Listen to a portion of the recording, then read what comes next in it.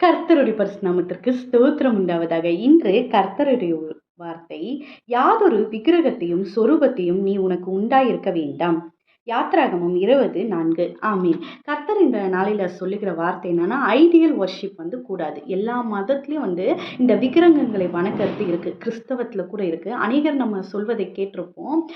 Roman Catholic தான் உண்மையான கிறிஸ்தவர்கள், நம்மலாம் உண்மையான கிறிஸ்தவர்களே கிடையாது, பெந்தகாஸ்ட் அப்படின்னு சொல்லி ஆவியினால் வளர்க்கப்படுற சபைகள், நடத்தப்படுற சபைகள் உண்மையானது இல்லை அப்படின்னு சொல்வதை நம்ம கேட்குறோம். ஆனால் ரோமன் கேத்தலிக் எப்போ வந்துதான் 17ஆம் நூற்றாண்டில் ரோமரோட கடைசி மன்னன் அவங்க அம்மா ரட்சிக்கப்படுறாங்க. அப்போ அந்த போர்ல அவர் ஜெயிக்கவும் செஞ்சிடறாரு. அவங்க அம்மா ஜெபம் பண்ணி, அதனால எல்லாரும் கிறிஸ்தவர்களாய் மாறணும் என்று ஒரு சட்டம் போடுறாங்க.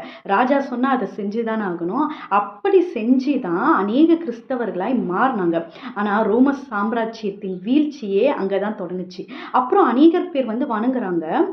அப்போ அவங்களுக்கு இந்த உருவ வழிபாடு வணங்கி வணங்கி அவங்க ரோமர்கள், கிரேக்கர்கள்லாம் வணங்கி பழகிட்டாங்க. அதனால மரியாளோட சிலை, ஏசப்பாவோட சிலை, குழந்தை இயேசு சிலைன்னு யூத தூதர்களோட சிலைன்ட்டு வச்சு வணங்க ஆரம்பிச்சாங்க. இப்படி தான் ரோமன் கேத்தரிங் வந்தது. அப்போது இந்த பெந்தகாஸ்ட்னு ஆவினால் வளர்க்கப்படுற இந்த சபை எப்படி வந்ததுன்னா, பெந்தகெஸ்து இன்னும் நாள் வந்தப்ப 120 பேர் மேலே ஊற்றப்பட்ட ஆவியானவர் 2000 வருஷம் இயேசு உயிர் தெழுந்த அப்புறம் நடக்கிற விஷயம். அப்போஸ்தலர் 1ஆவது அதிகாரத்தில் அங்க ஆவியானவர் அநேக அப்போஸ்தலர்களை எழுப்பி அதுக்கப்புறம் சபை நிறுவப்பட்டு இன்னைக்கு அந்த சபையில நம்ம ஆராதித்து கொண்டிருக்கோம். அப்ப எது முதல்ல வந்தது? இது எல்லாமே கூகுள்ல இருக்கு. நீங்க போய் சர்ச் பண்ணி பாருங்க.